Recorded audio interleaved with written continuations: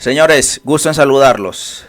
El presidente Petro expone a los medios de comunicación y el plan que tienen, el plan que se han formado entre ellos para desinformar a la gente. Desinformar, escuchen bien, desinformar a las personas. Obviamente hay personas que se creen lo que lo primero que escuchan, eso lo creen y lo republican y lo escriben y lo afirman como si fuera cierto. Y eso es lo que ellos se están aprovechando.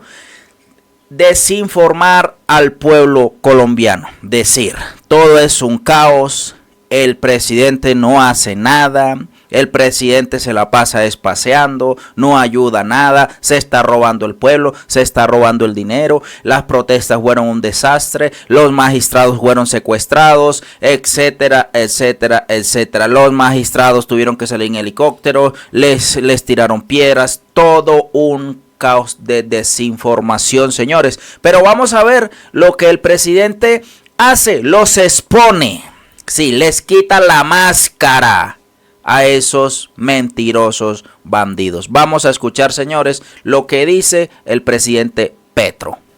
El problema de ayer de esta información mentirosa, porque no hubo ningún magistrado herido, no hubo ningún magistrado sacado en helicóptero y no hubo un secuestro, siempre pudieron salir y entrar como quisieran.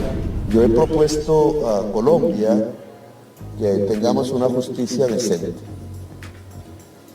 El otro lado de la moneda de la violencia es la impunidad. Un sector de la sociedad que siempre tiene sus dirigentes atacando la posibilidad que se escoja fiscal. Proviene de sectores en los medios de comunicación, en ciertos poderes fácticos que tienen una campaña y una razón: impedir que la Constitución se aplique y que pueda haber un fiscal de la terna del actual presidente y por tanto de las personas decentes. Quisiera hacer un paréntesis porque la opinión pública, y esta es la primera vez que puedo hablar públicamente sobre los hechos de ayer, que quiero que ustedes lo miren, para hacer una evaluación, porque obviamente no solamente estamos en la labor de cómo ejecutar un presupuesto, sino de contar con el apoyo de una sociedad para ello. Sin el apoyo de la sociedad no es fácil. Yo he propuesto a Colombia que tengamos una justicia decente. El otro lado de la moneda de la violencia es la impunidad. Digamos, la impunidad no es más sino la consecuencia de que nos matamos los unos a los otros y que más matan los que tienen el poder. Poder de facto. A veces ha resultado que también el electo, en desgraciadas ocasiones. La impunidad implica que seamos capaces de hacer justicia, es decir, que haya verdad. Al presidente le corresponde la función constitucional de entregar una terna de fiscales. Es lo que dice la Constitución. Yo no sé si sea lo mejor o no, eso se puede debatir. Pero dada que esa es la norma constitucional, se me ocurrió presentar una terna de fiscales que yo no conociera personalmente, que no hubieran tenido ninguna actividad política o familiar conmigo. Un mensaje diferente al pasado. Y que a través de su vida, por lo que se sabe de esas personas, hubieran demostrado capacidad y valentía de enfrentarse a la investigación y por tanto de luchar contra la impunidad. Todas las tres mujeres. ¿Por qué? Porque me parece que la mujer debe acceder a los mayores puestos del poder. Eso ha desatado una tormenta. No creí que eso sucediera en Colombia, pero una tormenta terrible. Un sector de la sociedad que siempre tiene sus dirigentes atacando la posibilidad que se escoja fiscal.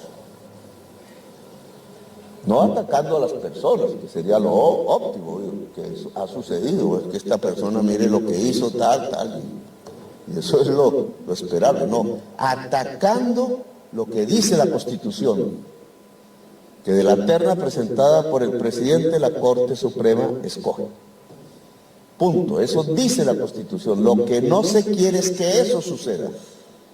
Y no como antes, porque antes sí se escogía de la terna presentada por el presidente, sino porque la terna está configurada así.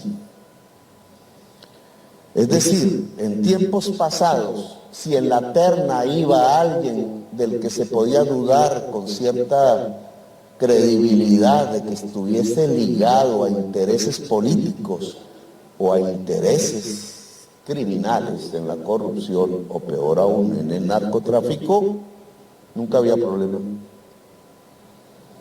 El único problema ha aparecido si en la terna hay personas decentes. Qué paradoja de la vida colombiana.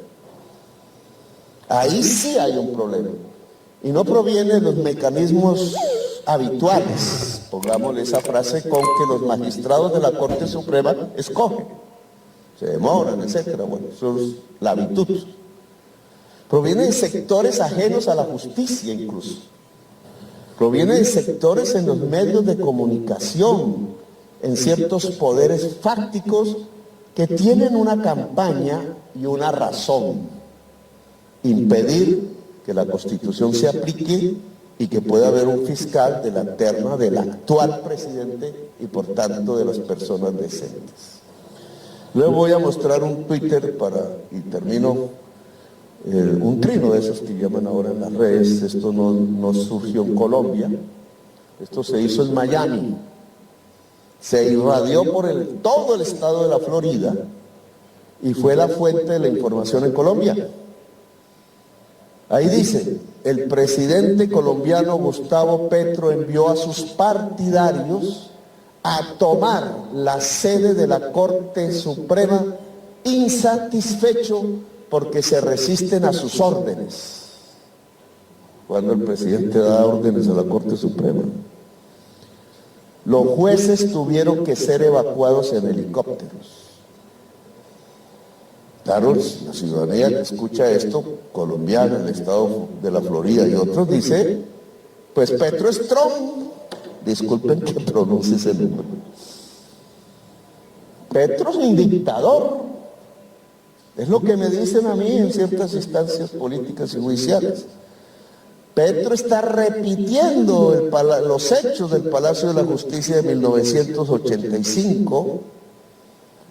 Petro está ordenando a la Corte que escoja algún amigote o amigota de él para que haga las investigaciones, lo que sí ha sucedido en el pasado. Lo peor no es si esto salió allá. Allá muchos no tenemos la capacidad de ir allá a desmentir eso, entonces muchos creerán eso. Ahí está el señor Nacho Montes de Oca, no sé quién será. Lo peor es lo que sucedió en Colombia. ¿Ustedes se acuerdan que una vez hubo un experimento hecho por un grupo X diciendo que los venezolanos entraban en los conjuntos en Bogotá? Yo era congresista en ese entonces, no, era otro el alcalde. Y todo el mundo creyó eso, hasta yo. Yo a las 12 triné, hay que tener cuidado, en todo el mundo. Hubo muertos por eso. Algún señor pasaba por ahí caminando y toda la gente había salido a ofender a las mujeres, a los niños con garrotes, y creyeron que el señor que pasaba por ahí era un venezolano y lo mataron. No hubo investigación de hecho. ¿Quién promovió una arquitectura comunicacional tal que hizo que ciudadanía saliera asustada, zozobra, aterrorizada? Eso se dio en medio de una movilización social, no me acuerdo si el paro agrario, que no estaba en Bogotá por obvias razones. Y la gente salió y mató unas personas inocentes. Nunca fue verdad.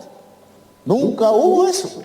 Eso no existió, sino en una burbuja virtual, construida a través de las nuevas tecnologías. Señor general, usted tiene que investigar esto, porque esta es una nueva realidad que solo las redes nos producen.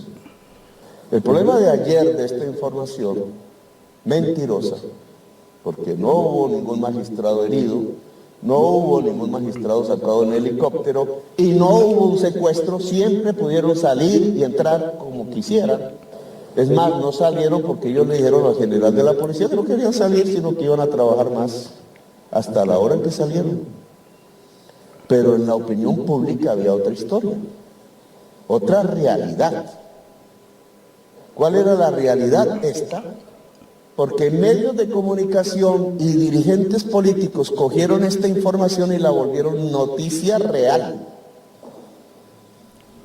Un concejal de Bogotá me increpó diciendo que cómo yo dejaba que secuestraran a los magistrados o que había convocado la marcha y que el producto de eso era que los magistrados habían tenido que salir por helicóptero. Yo salí caminando del Palacio de Nariño. No había helicóptero, ni siquiera los de la presidencia, no había necesidad. El general de la policía llegó caminando y entró al Palacio de Justicia y habló con los magistrados que le dijeron además, no hay necesidad, porque yo di la orden de despejar la zona. Y ellos dijeron que no había necesidad. Los magistrados salieron en sus carros. ¿De dónde salió esta fantasía noticiosa? Esta construcción de una realidad que no era la realidad. ¿Cómo la prensa se pone al servicio de esto? Aquí pudo haber muertos de verdad, como sucedió con los del conjunto, los de los conjuntos de edificios. Pero no solamente eso, sino la búsqueda de un objetivo político, que no es tratar de equiparar al presidente de la República, porque fue del M-19, con unos hechos de 1985 que entre otros empieza a aparecer una realidad, ¿no?, terrible, pero no voy a hablar de eso, porque no se trata de esta reunión. Ese fue el primer objetivo, y entonces un Petro-Trump mandó las hordas a tomarse las instituciones porque no le hacen caso, como si yo fuese Trump. Yo soy lo contrario de Trump. En cambio, sí, los que hacen esto son amigos de Trump, lo tengo que decir. Pero hay un objetivo detrás. El objetivo detrás es que no se escoja, como ordena la Constitución, ella sí lo ordena, fiscal. ¿Por qué? Porque piensan que una fiscal decente acaba la impunidad. Y ellos son los protagonistas que se benefician con la impunidad. Y construyeron esta historia falsa para tapar el hecho que decenas de miles de colombianos y colombianas salieron a las calles a pedir que haya una justicia transparente, que las instituciones sean transparentes, que las instituciones no se pongan al servicio del crimen. Entonces estamos ante una paradoja. Aquí todos somos de grupos políticos diferentes, de derechas, de izquierdas, de todo, un arco iris. Pero no debería ser un acuerdo nacional que las instituciones no se pongan al servicio del crimen.